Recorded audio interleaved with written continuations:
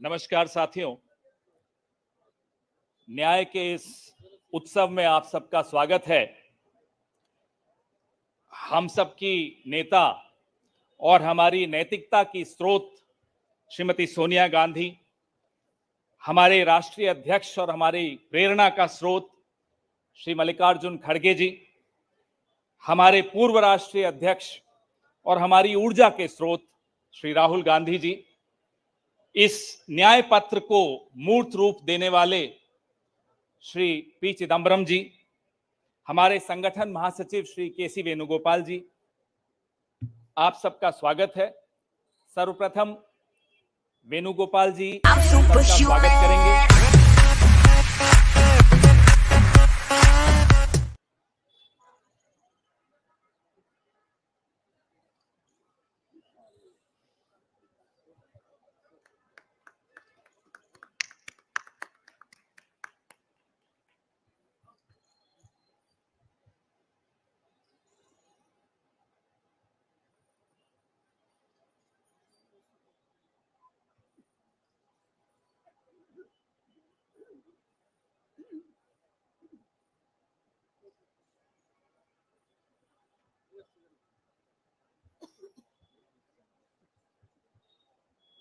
धन्यवाद वेणुगोपाल जी।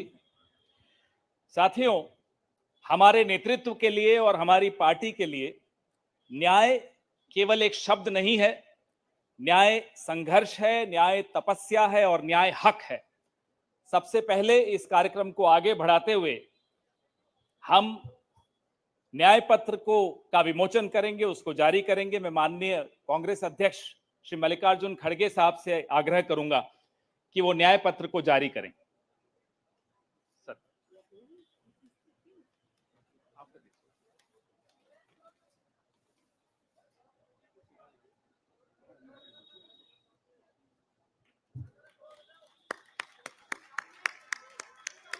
I'm superhuman.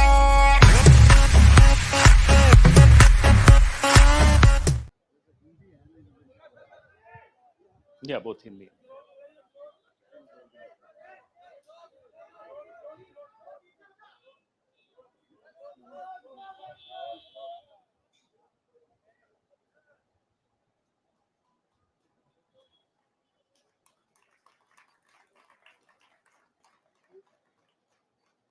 धन्यवाद। अब मैं मैनिफेस्टो कमेटी के अध्यक्ष श्री पी चिदम्बरम साहब से आग्रह करूंगा कि वो इस न्याय पत्र के विषय में कुछ इस पर प्रकाश डालें, आपसे चर्चा करें।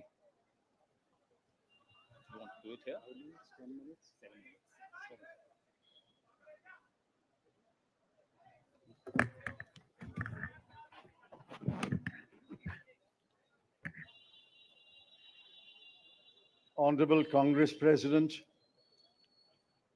Honorable former Congress President Srimati Sonia Ji, Honorable former Congress President Shri Rahul Ji, General Secretary Shri K.C. Venugopal, members of the Congress Working Committee, senior leaders of the Congress, Karyakartas of the Congress, members of the media. I'm thankful to the Congress President for releasing the Congress Manifesto for the 2024 elections. Earlier, the draft Congress Manifesto was thoroughly discussed in the Congress Working Committee. The recommendations of the members of the Congress Working Committee were taken into consideration, and with the final approval of the Congress President, some changes were made to the draft manifesto. And what we have today is the final manifesto approved by the Congress Working Committee and the Congress President. The broad theme of the manifesto is justice. Every aspect of justice has been threatened, weakened,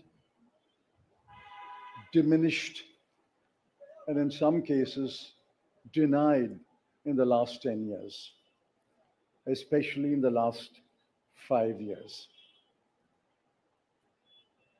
Members of the media will recall that in 2019, we had warned of what is likely to happen between 2019 and 24 should the BJP come back to power. We were not soothsayers, but we were active workers on the ground who could sense what is happening in this country.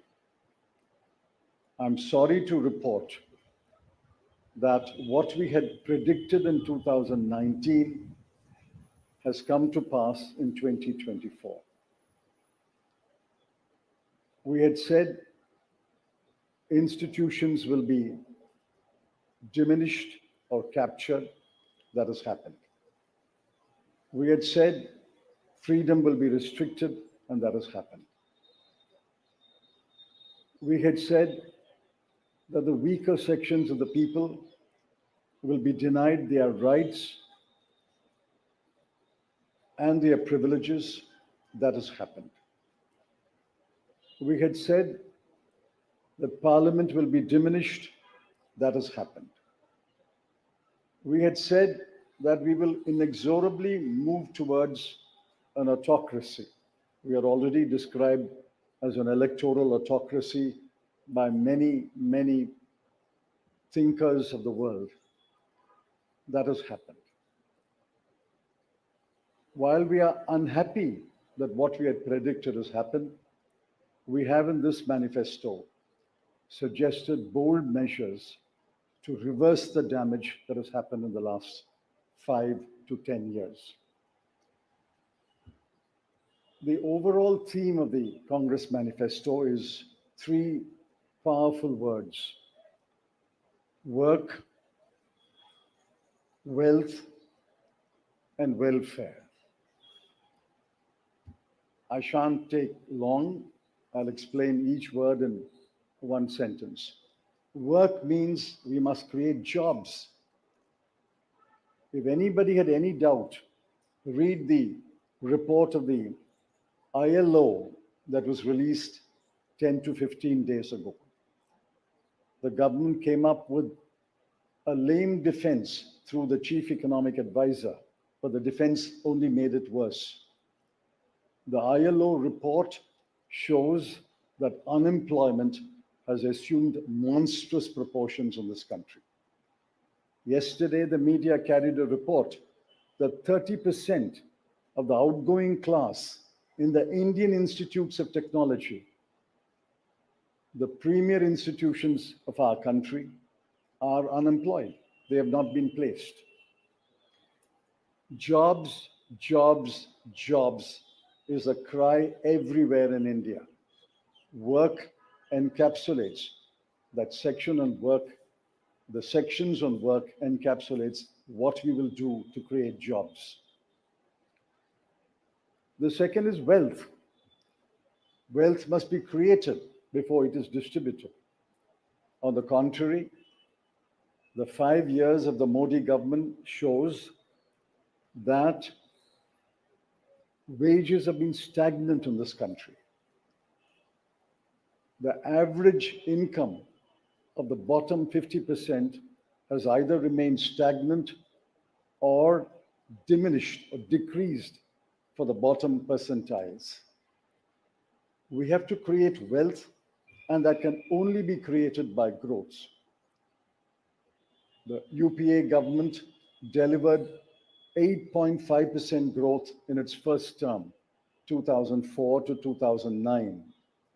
And over a 10-year period, Dr. Manmohan Singh's government delivered 7.5% growth.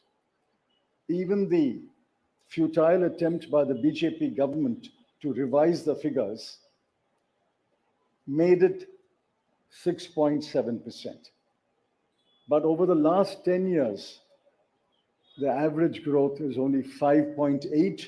And if you count the year that ended on 31st March, given the inflated figures, it will still be 5.9. The difference between 7.5 and 5.9 may appear to be trivial, 1.6%, but it's not a trivial difference. It is a difference that makes between a moderately slowing economy and a robust economy. So the second broad theme is wealth. We have to create wealth, which means we must have investment, capital investment, private investment, government investment, and foreign investment. Once we create jobs and once we set in motion policies that will create wealth, this country will go back to the high growth path of the UPA governments. The third section, which addresses many aspects of justice, is welfare.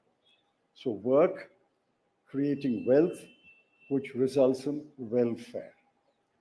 The welfare of whom? I have always accused the BJP government, the Modi government, is a government of the rich, by the rich, and for the rich. This government is driven only by the interests of the top 1% of this country. But we have to look at the bottom 50%. The bottom of the pyramid, the bottom 50% is as important as those who are well off. And in the bottom 50%, as we go down the ladder, the bottom 20% are extremely poor. It has been estimated that 23 crore people are still poor in this country. UPA government lifted 24 crore people out of poverty. And we promise that if the Congress or a Congress-led government comes to power in 2024, we will lift 23 crore people out of poverty in the next 10 years.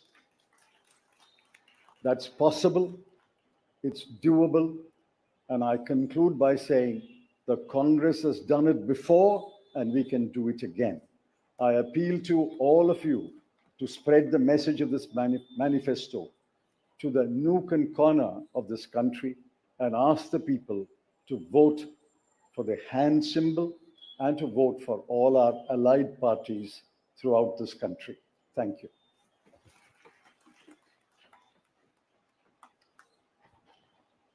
धन्यवाद चिदम्बरम साहब। मैं माननीय राष्ट्रीय अध्यक्ष श्री मल्लिकार्जुन खड़गे साहब से आग्रह करूंगा कि वो दो शब्द कहें।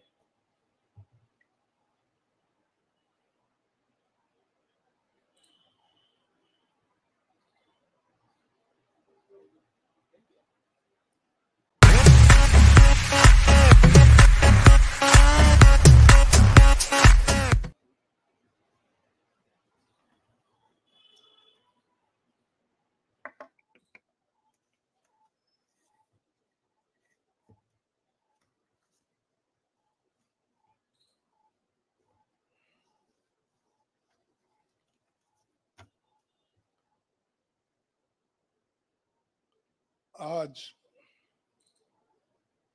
हमारे कांग्रेस चुनाव घोषणा पत्र जारी करने के मौके पर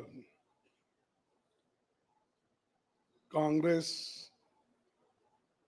पार्टी के भूतपूर्व अध्यक्ष और हमारे चाहते नेता श्रीमती सोनिया गांधी जी और भूतपूर्व अध्यक्ष श्री राहुल गांधी जी और यहाँ पर पधारे हुए हमारे कांग्रेस पार्टी के सभी नेतागण और खासकर इस जो घोषणा पत्र को तैयार किए श्री पीसी चिदम्बरम जी, केसी वेणुगोपाल जी और सारे वर्किंग कमेटी के मेंबर्स, मीडिया के मेरे दोस्तों, आज मुझे ये भी याद करना है कि बाबू जगजीवन राम का जन्मदिन भी है और जो बाबू जगजीवन राम हमारे पार्टी में बहुत साल तक 1947 से लेकर 1984 तक 1984 तक वो इस पार्टी में रह के काम किए। फिर जो कुछ उनका कंट्रीब्यूशन था ते बड़ा कंट्रीब्यूशन मिनिस्ट्री में उन्होंने किया। ऐसे दिन आज हम ये घोषणा पत्र गरीबों के लिए हम अर्पित कर रहे हैं। आज भारतीय राष्ट्रीय कांग्रेस के 2024 के लोकसभा चुनाव का घोषणा पत्र जारी किया जा रहा है।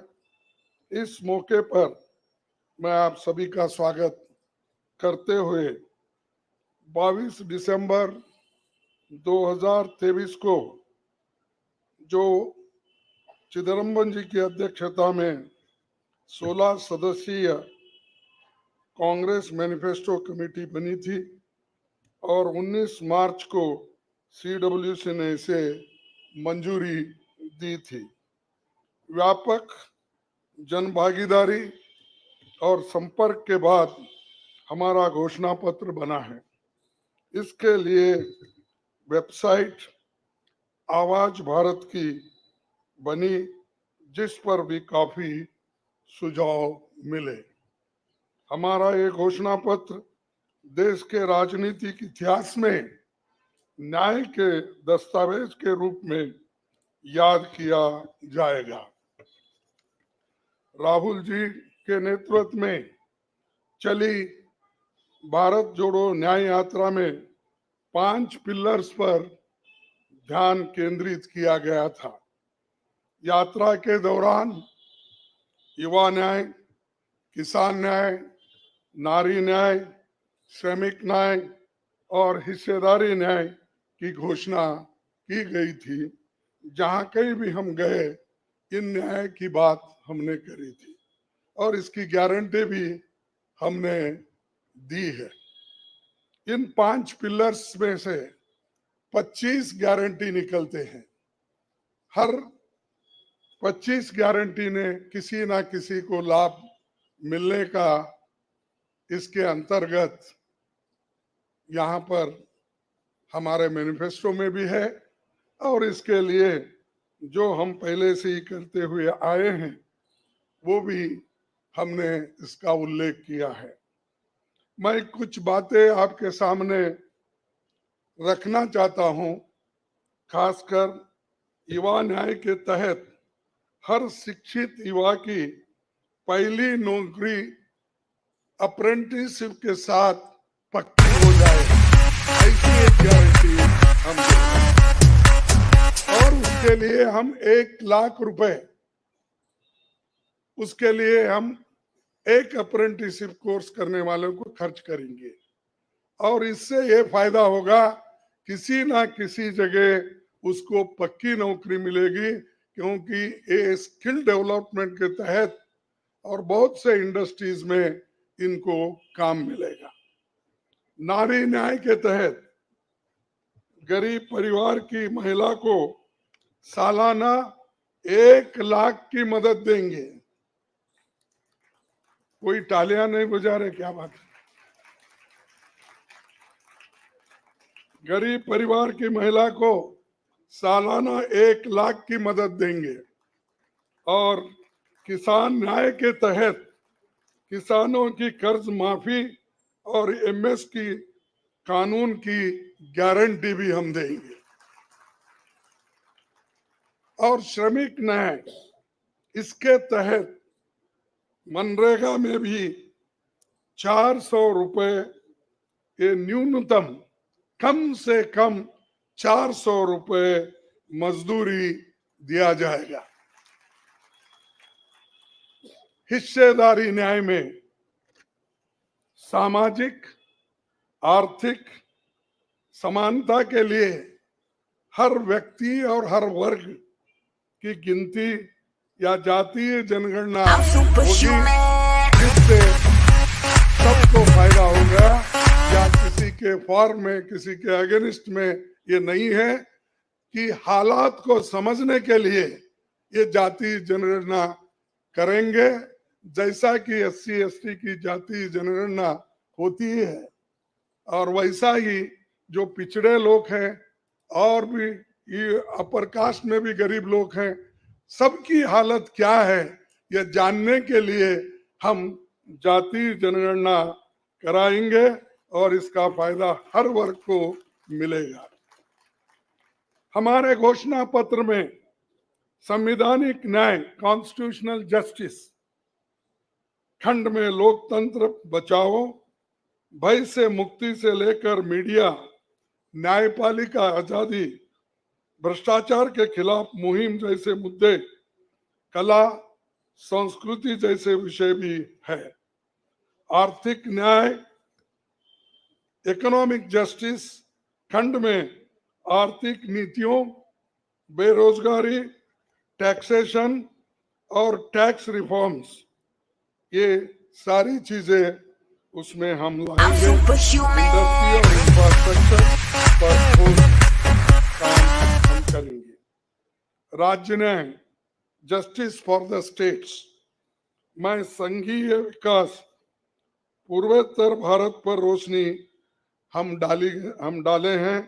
और जहां कहीं भी फेडरल स्ट्रक्चर को धोखा होगा, हम उस वक्त अपनी आवाज उनके साथ भी उठाएंगे। और जब हमारी गवर्नमेंट आएगी तो उनको बराबरी का हिस्सा देंगे, और ताकि वो पैसे के लिए तरस ना हो, चाहे वो ड्रॉट हो, फ्लड हो, डिसास्टर्स हो, इसके लिए नेचुरल डिसास्टर, इन सब के लिए फेडरल गवर्नमेंट को कानून के तहत जो मदद मिलना चाहिए वो हम जरूर उनको दिलाएंगे। उसी के साथ देश की प्रतीक्षा और आंतरिक सुरक्षा के महत्व को ध्यान में रखकर रक्षा न्याय की भी खंड है, जिसमें विदेश नीति भी है।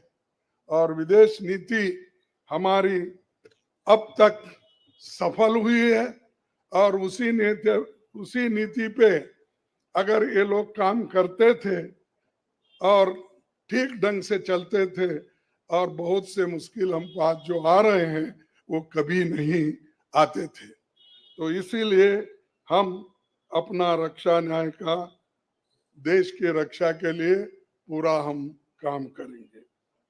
आखिरी एक महत्व का बिंदु पर्यावरण न्याय भी देंगे।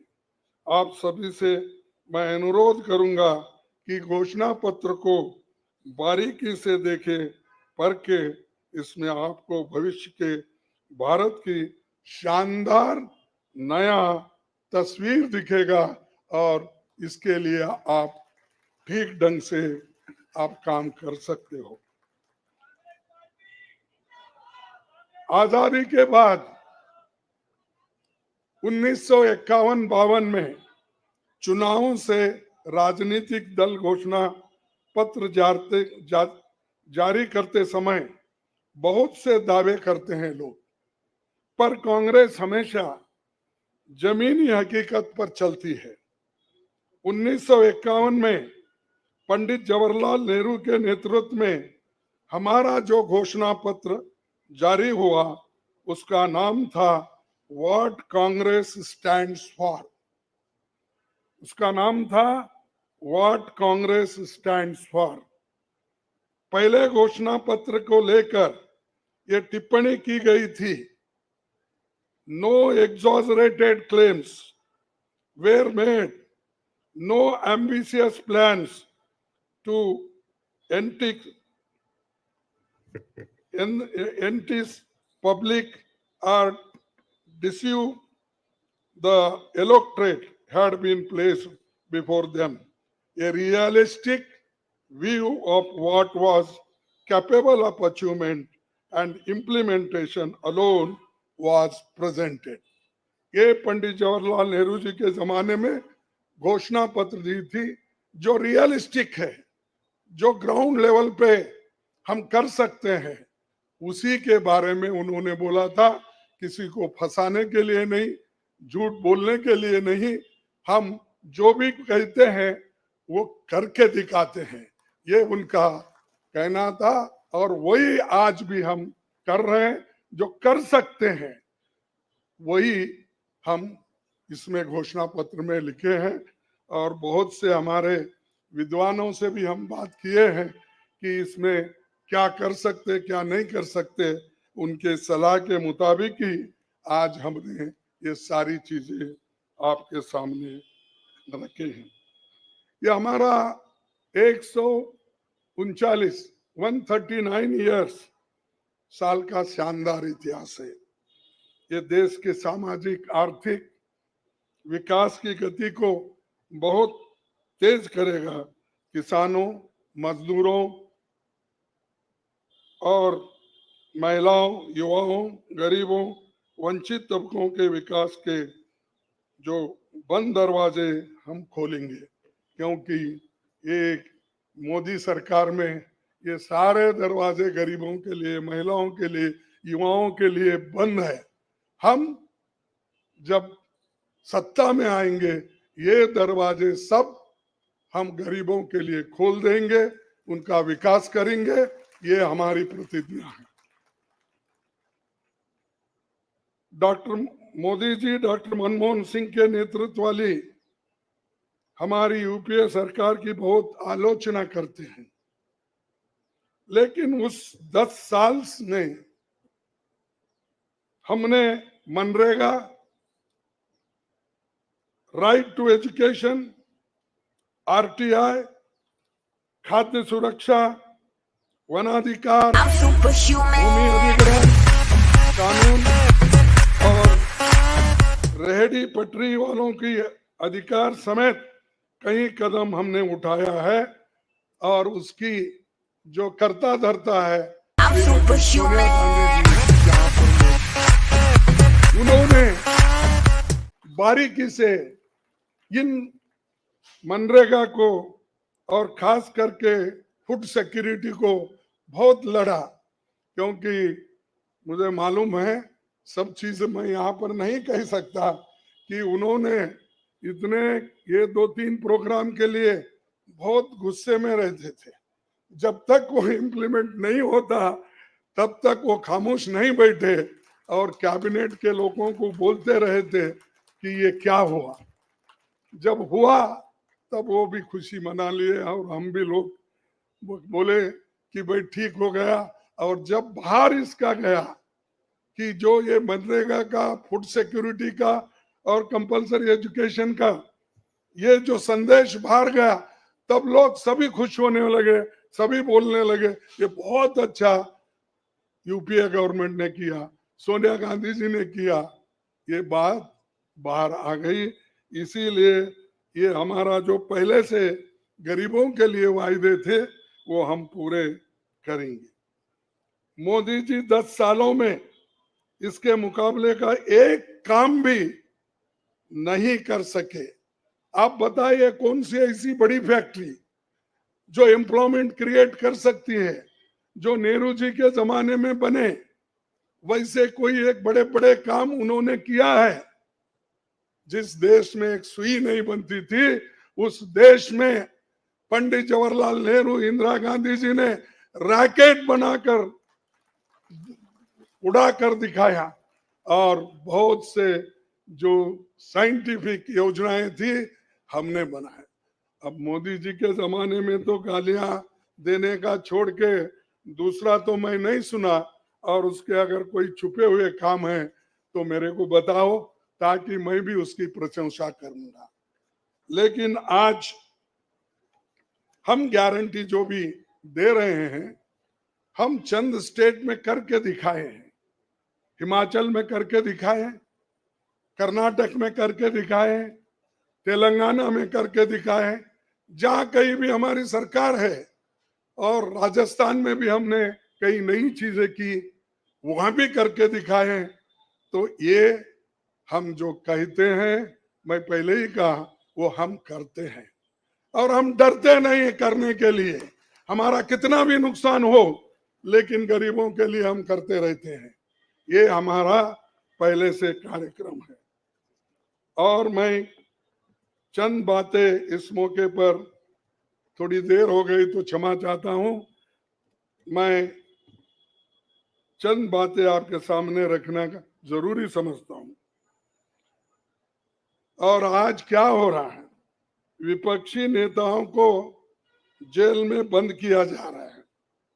चुनाव में सबको समान अवसर नहीं है और कई मुकदमे एक के ऊपर एक, छोटी छोटी, और हमारे पार्टी के ऊपर इतना बड़ा जुल्म किया और इतने हमारे को पेनल्टीज डाले। 3,567 करोड़ रुपए का हमारे ऊपर उन्होंने पेनल्टी डाली। क्या ये लेवल प्लेइंग ग्राउंड है? और ये हमारे ऊपर आज हो रहा, कल मीडिया के ऊपर होगा, मीडिया हाउसेस के ऊपर होगा, सबके ऊपर होगा।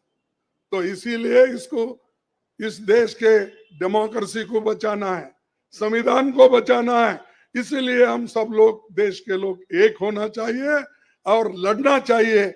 और जो ऑटोक्रेटिक मोदी साहब है, उनको हटाना चाहिए। ये मेरा आपसे विनंती है। जब तक आप ये काम नहीं करेंगे, तब तक हम सिर्फ बातों से नहीं होगा।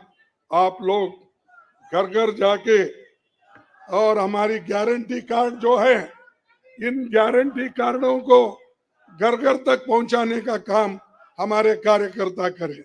जब तक आप घर घर नहीं जाएंगे, वोटर से नहीं मिलेंगे, कुछ भी होने वाला नहीं है। सिर्फ स्लोगन से या मेरे भाषण से कुछ बदलाव होगा। तुम जनता से जब मिलेंगे, घर घर जाएंगे, महिलाओं से मिलेंगे, युवाओं से मिलेंगे, और जितने भी हमारे पेरेंट्स हैं, बड़े हैं, उनसे मिलके, किसानों से मिलके आप लोग काम करेंगे, तभी हम कुछ हासिल कर पाएंगे। तो इसीलिए मैं आप से विनंती करूंगा, ये काम हमारा आप करेंगे और इस ऑटोक्रेटिक सरकार को हटाने के लिए आप काम करते रहेंगे। अब बीजेपी का तो ऐसा है, चंदा दो धंधा लो, चंदा दो धंधा लो, कॉन्ट्रैक्ट लो, पैसे दो। तो उन्होंने काम किया और वो कहते हैं कि भ्रष्टाचार मिटाऊंगा। अरे भाई, 25 लोग हमारे बड़े बड़े नेताओं को आपने लिया और 25 नेताओं में 2 को तो एक पूरा एक्सोनरेट किया और 23 लोगों को फिर उनको भी एक्सोनरेट किया। अरे शाह साहब के वॉशिंग मशीन में इतने लोग जो भी जा रहे हैं, क्लीन होके आ रहे हैं, और भ्रष्ट लोग तुम्हारे साथ है, बदनाम हमको कर रहे हैं। मेरे पास तो नहीं है ना, मेरे पास जब तक थे तो आपने बोला वो भ्रष्ट है, फिर आप वो क्लीन कैसा हो गए, प्रामाणिक कैसा हो गए, ठीक कैसा हो गए? तो ये खुद ही इधर डराते हैं, उधर सब चोरों को लेते हैं। तो ये मेरा कहना है। इसीलिए आप इस बात को सोचिए, और हम सालों से गरीबों की सेवा करते हुए आए हैं, आगे भी हम करते रहेंगे।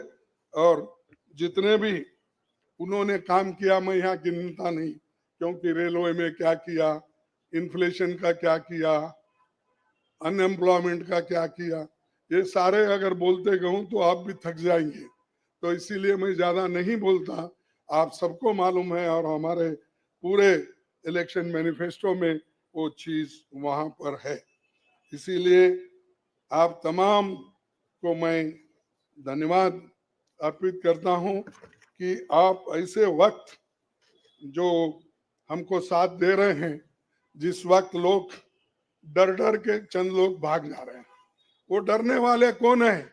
जो आदमी कुछ चोरी करता है वही डरता है। जो आदमी ठीक है, अपने उसूलों पे खड़ा है, उसको कोई नहीं डराता। अगर डराएगा तो भी वो उसूलों पे ठहरे हुए लोग डरेंगे नहीं। तो इसीलिए हम लोग डरने वाले नहीं। हमारे नेता श्रीमती सोनिया गांधी जी, राहुल गांधी जी, डर उनमें नहीं है और डर का नाम भी नहीं है। और डर ये शब्द उनके पास नजदीक आता नहीं। वो डर सिर्फ मोदी को है, क्योंकि वो हमारे लोगों को ले लेके 400 पार बोलते फिर रहा है। अरे मणिपुर जैसे एरिया में नहीं जा सके, देश में विदेश में 14 फेरियां लगाए, देश में इलेक्शन का प्रचार सरकारी फंड से किया गया, सरकारी वैन से किया गया, लेकिन मणिपुर वो देखे नहीं। क्यों नहीं गए भाई? आपकी तो 56 इंच की छाती है, आपको डर कुछ भी नहीं है। हाँ, आप जा सकते हैं, लेकिन वहां हमारे नेता राहुल गांधी जी जा सकते हैं लोगों के साथ। आप क्यों नहीं जा सकते? क्योंकि आपको डर है, और डरने वाला आदमी देश की भलाई कभी नहीं करता। बाय चांस आया आया, अब आगे लोग उसको देखेंगे और आप भी मजबूती के साथ हमारे साथ खड़े होंगे। इतना ही कहते हुए मेरे 4 शब्द को समाप्त करता हूं। जय हिंद।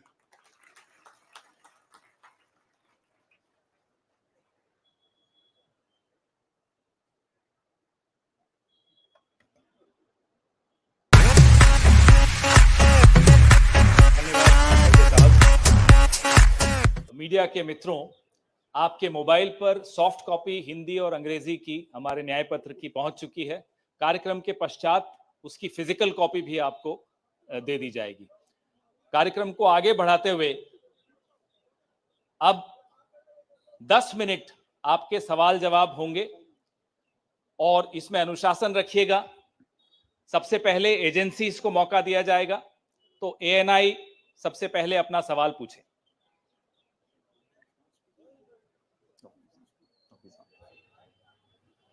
माइक दे दीजिएगा मीडिया के साथियों को।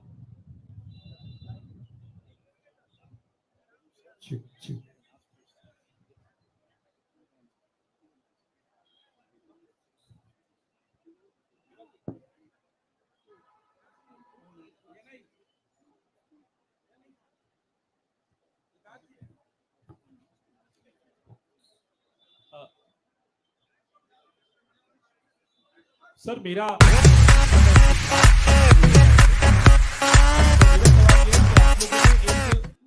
प्रॉमिस किया है अपने मैनिफेस्टो में कि जो लोग पार्टियां छोड़कर जाते हैं, चुने हुए लोग, उनके लिए आप अमेंडमेंट करेंगे, 10th शेड्यूल में डालेंगे ताकि उनकी मेंबरशिप अपने आप बर्खास्त हो जाए।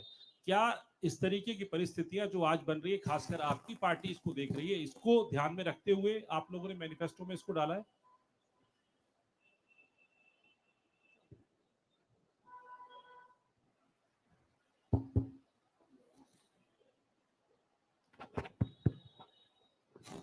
You are asking about the anti-defection law, which is now in the 10th schedule.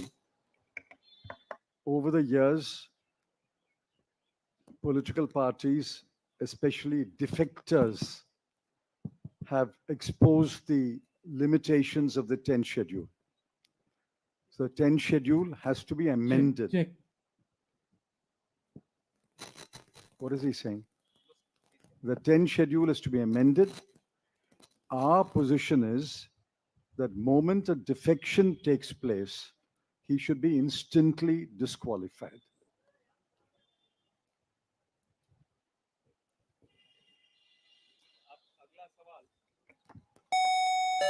अगला सवाल PTI.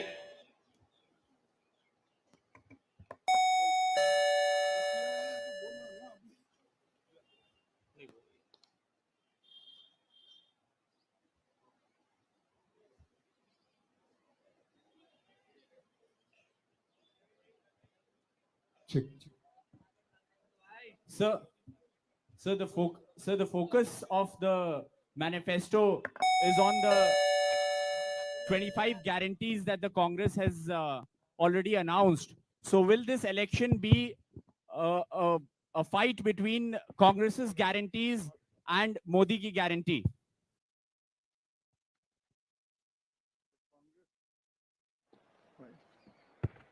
The Congress guarantees are concrete guarantees. We have spelt out in English and Hindi and in due course in different languages what each guarantee means, what each guarantee will deliver to the people.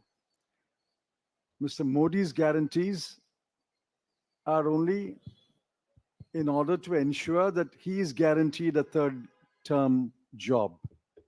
Where is the guarantee? What happened to the guarantee of 2 crore jobs? What happened to the guarantee of 15 lakhs in the account of every Indian? What happened to the guarantee of doubling farmers' income? What happened to the guarantee of raising India's GDP to 5 trillion? I can offhand narrate at least 50 such promises of Mr. Modi. Mr. Modi's promises are empty promises. Our 25 guarantees are concrete guarantees.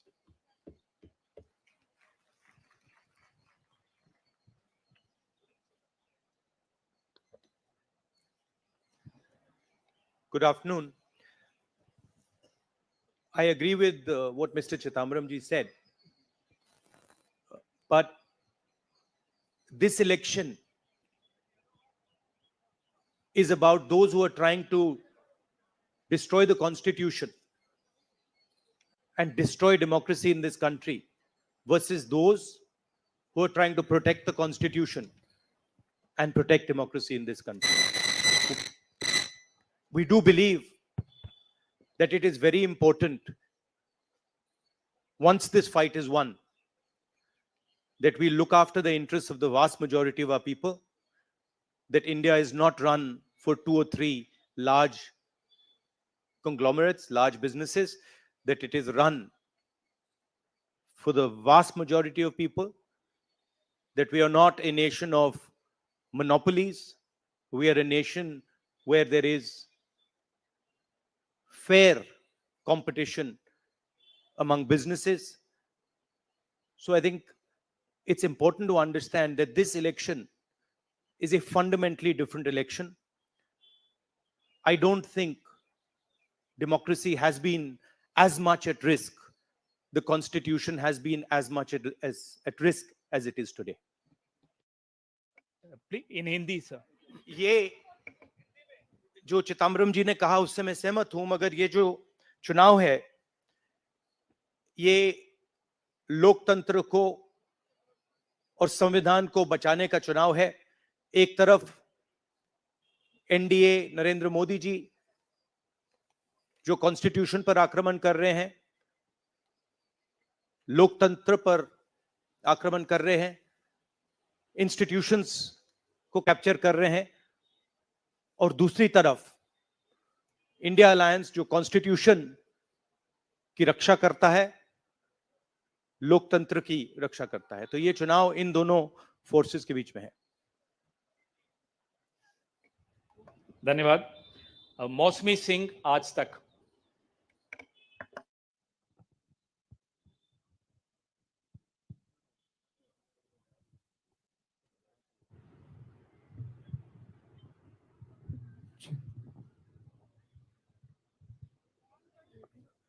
Rahul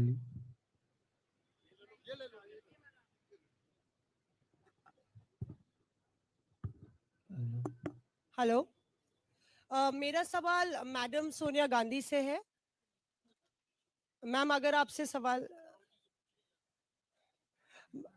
Rahul ji, आपने OPS को लेके लगातार जो है झंडा बुलंद किया है। तमाम सरकारें आपकी, उन्होंने ओपीएस का वादा किया था। चिदम्बरम साहब, you had promised OPS and in Himachal and Rajasthan you implemented OPS, but in the manifesto the OPS scheme is missing. So is there a reflects, is there a introspection that it's not viable economically? Is it that?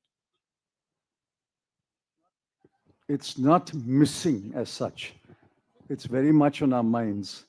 But please remember the developments that have taken place in the last 4 months. The government has appointed a committee headed by the Finance Secretary to review the NPS and the demand for OPS and to find a way in which the objectives of OPS can be financed by a funded pension scheme, which means the government has come around to the point of view that while the OPS delivered benefits to the pensioners, the NPS made it sustainable. Now a committee has been appointed under the Finance Secretary, and unless we receive the report of that committee and review it, it would be premature to take a stand on the OPS NPS controversy. It's very much on our minds, and we will come out with our position once the committee's report is received. Arun Kumar Singh. मेरा सवाल राहुल जी आपसे है। Rahul ji, hello. Rahul ji, सीधे सीधे इधर, front. सवाल आपसे यह है कि 2014 में जैसे ही मोदी सरकार आई थी, आपने एक बयान दिया था और आपने ये कहा था कि देखते जाइए धीरे धीरे कॉन्स्टिट्यूशनल इंस्टीट्यूशंस जितने भी हैं देश पे, उस पे आरएसएस और बीजेपी का कब्जा हो जाएगा। अब आप ये कह रहे हैं कि हो चुका है और आप कह रहे हैं कि हम कानून भी लाएंगे। क्या आपको ऐसा नहीं लगता राहुल जी कि ये जब आप करेंगे तब बीजेपी आपके ऊपर ये आरोप लगाएगी कि चूंकि केसेस जो है या पूछताछ विपक्ष के नेताओं से ज्यादा हुई, इसलिए ये प्रतिक्रिया में लाया गया रिएक्शनरी लॉज अमेंडमेंट होंगे?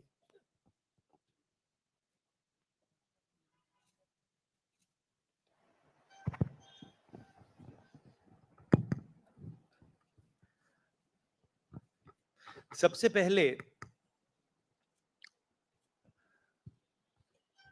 ये समझना होगा कि हिंदुस्तान के राजनीतिक स्ट्रक्चर में हो क्या रहा है। आरएसएस ने और बीजेपी ने और खासतौर से नरेंद्र मोदी जी ने जो स्ट्रेटजी बनाई है, उसका फाउंडेशन क्या है, उसकी नींव क्या है, सबसे पहले यह समझना है। नरेंद्र मोदी जी ने जैसे अदानी जी की मोनोपोली है पोर्ट्स पर, इंफ्रास्ट्रक्चर पर, डिफेंस में, वैसे नरेंद्र मोदी जी ने पॉलिटिकल फाइनेंस की मोनोपोली बनाई है। कैसे बनाई है? ED, CBI, income tax department का प्रयोग करके। अगर आप बॉन्ड स्कीम्स को देखें तो उसमें साफ दिख जाता है कि नरेंद्र मोदी जी ने, बीजेपी ने एक प्रकार से पॉलिटिकल फंडिंग एक्सटॉर्शन से, धमकी से, प्रेशर से बनाई है। खारगे जी ने कहा जो भी भ्रष्ट हैं वो सब बीजेपी में जा रहे हैं। उसका कारण है क्योंकि नरेंद्र मोदी जी चाहते हैं कि पॉलिटिकल फाइनेंस की मोनोपोली उनके हाथों में हो। अब हमारे बैंक अकाउंट बंद कर दिए, हमारे पास ओरिजिनल रास्ता जो था वही हमारा रास्ता है। हम जनता के साथ जाकर मिलकर उनके लिए लड़ते हैं। ये जो मैनिफेस्टो बना है, ये मैनिफेस्टो कांग्रेस पार्टी ने नहीं बनाया है। ये मैनिफेस्टो हिंदुस्तान की जनता ने बनाया है। हमने सिर्फ इसको लिखा है, ठीक है। और हमने सिर्फ इसको लिखा है, जो किसानों ने हमें बताया, खारगे जी को बताया, मुझे बताया, बाकी नेताओं को बताया, वो हमने लिखा है। चाहे वो रोजगार की बात हो, चाहे वो कॉन्ट्रैक्ट लेबर की बात हो, हजारों लोगों से बात करके हमने ये हिंदुस्तान की आवाज है, ये लिखी है। मगर जो राजनीति में आज हो रहा है वो क्लियर है कि सब पार्टीज को नरेंद्र मोदी, ईडी, सीबीआई, इन इंस्टीट्यूशंस को कैप्चर करके फाइनेंशियली मोनोपोली बना रहे हैं अपनी।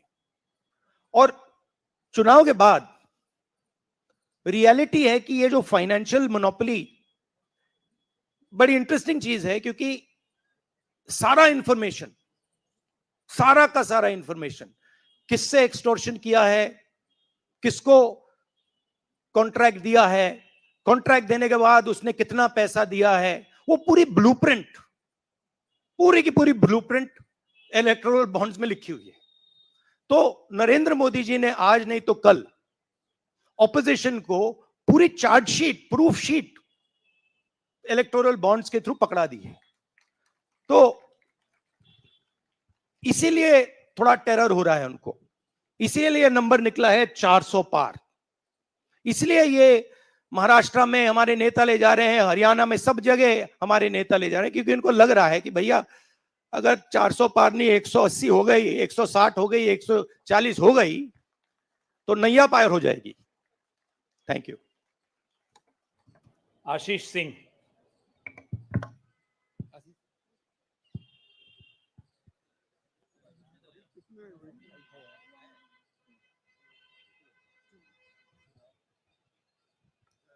राहुल जी, लास्ट टाइम पिछले लोकसभा चुनाव में राहुल जी आपने मुझे याद है कहा था, you were convinced that time कि मोदी जी जा रहे हैं, मोदी जी का वक्त खत्म हो गया है। ऐसा हुआ नहीं, होता है राजनीति में। इस दफा नरेंद्र मोदी को आप कितनी बड़ी राजनीतिक चुनौती मानते हैं सर 2024 के चुनाव में? देखिए, 2019 में ये शुरू हुआ, आज ये एक तरह पीक पे पहुंच गया है। हिंदुस्तान के सारे इंस्टीट्यूशंस उनके हाथ में हैं, पॉलिटिकल फाइनेंस की मोनोपोली उनके हाथ में है, CBI, ED, income tax, EC, ये सारे के सारे बीजेपी के हाथ में है, बीजेपी के कंट्रोल में है। तो जैसे मैंने अपने भाषण में कहा, cricket match is a rigged match. Cricket match is not a fair match.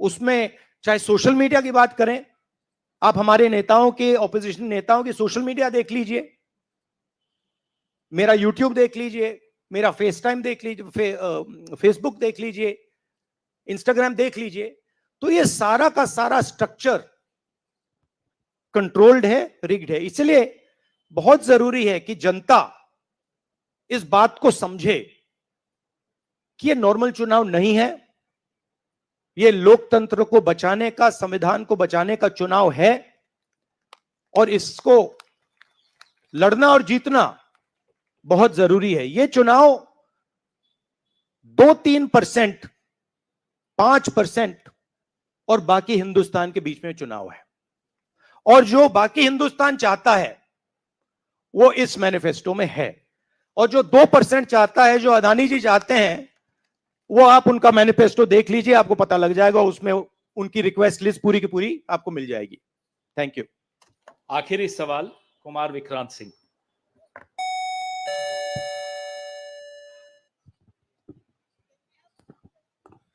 Rahul ji, 2009 में आपको भी याद होगा, उस वक्त मैनिफेस्टो में 2 तस्वीरें थी, मनमोहन सिंह जी की और सोनिया गांधी जी की। पूछा गया था पीएम कैंडिडेट कौन होगा, सोनिया जी ने अपनी तस्वीर छुपा ली थी। आज 2 तस्वीरें हैं, राहुल गांधी जी की और खड़गे जी की। कोई तस्वीर छुपाएंगे, कोई दिखाएंगे? नहीं, ये आप बड़े डिस्ट्रैक्शन वाले क्वेश्चन पूछते हो। देखिए, इंडिया गठबंधन में डिसीजन लिया गया है कि हम मिलकर एक साथ आइडियोलॉजिकल चुनाव लड़ रहे हैं। चुनाव जीतने के बाद लीडर कौन होगा, प्राइम मिनिस्टर कौन होगा, वो पूरा का पूरा जो कोलिशन है वो मिलकर डिसाइड करेगा। Thank you. धन्यवाद। अब कार्यक्रम की समाप्ति से पहले श्री केसी वेणुगोपाल कल के कार्यक्रम के विषय में आपसे 2 शब्द कहेंगे। Dear friends, today we are already released the Brother, he wants South media chance. इन्हें माइक दीजिए जो साउथ इंडिया से हमारे जो साथी हैं, और ये आखिरी सवाल होगा। chick.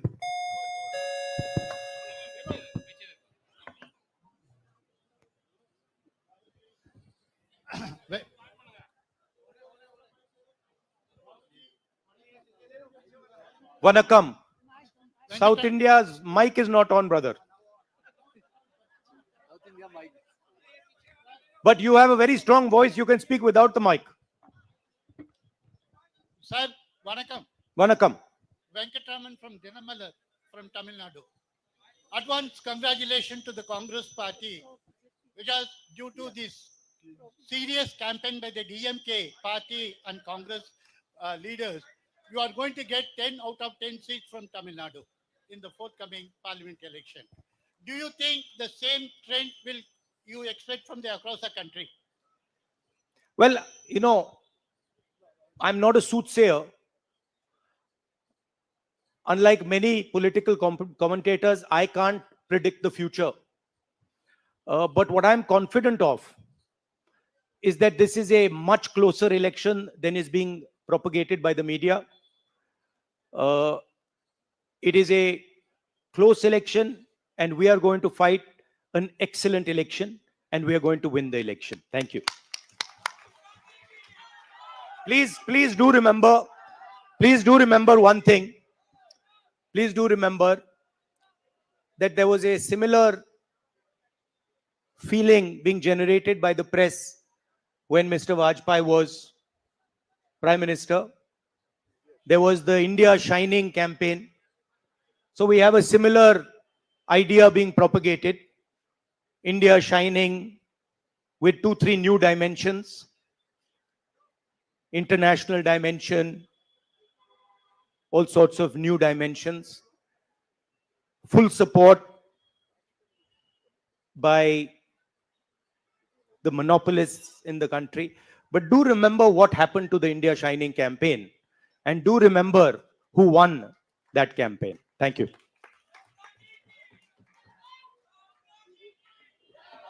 Dear friends, today already we released the Congress Manifesto of 2024. Tomorrow in 2 places, we are launching the manifesto with huge rallies. One is in Jaipur. Tomorrow morning, the manifesto launching will take place in Jaipur. And second rally of launching the manifesto will take place in Telangana, Hyderabad in the evening. There were 2 programs tomorrow. One is in Rajasthan, one is in Telangana for launching the manifesto. I once again thanking all of you for participating in this event. Thank you Venugopal ji. अब सेवा दल के साथियों से आग्रह है कि वो राष्ट्रगान शुरू करें। आप अनुशासन बनाए रखें। राष्ट्रगान के लिए कृपया अपने स्थान पर खड़े हो जाएं। जनगण मन अधिनायक जय हे भारत भाग्य विधाता, पंजाब सिंध गुजरात मराठा द्राविड़ उत्कल बंग।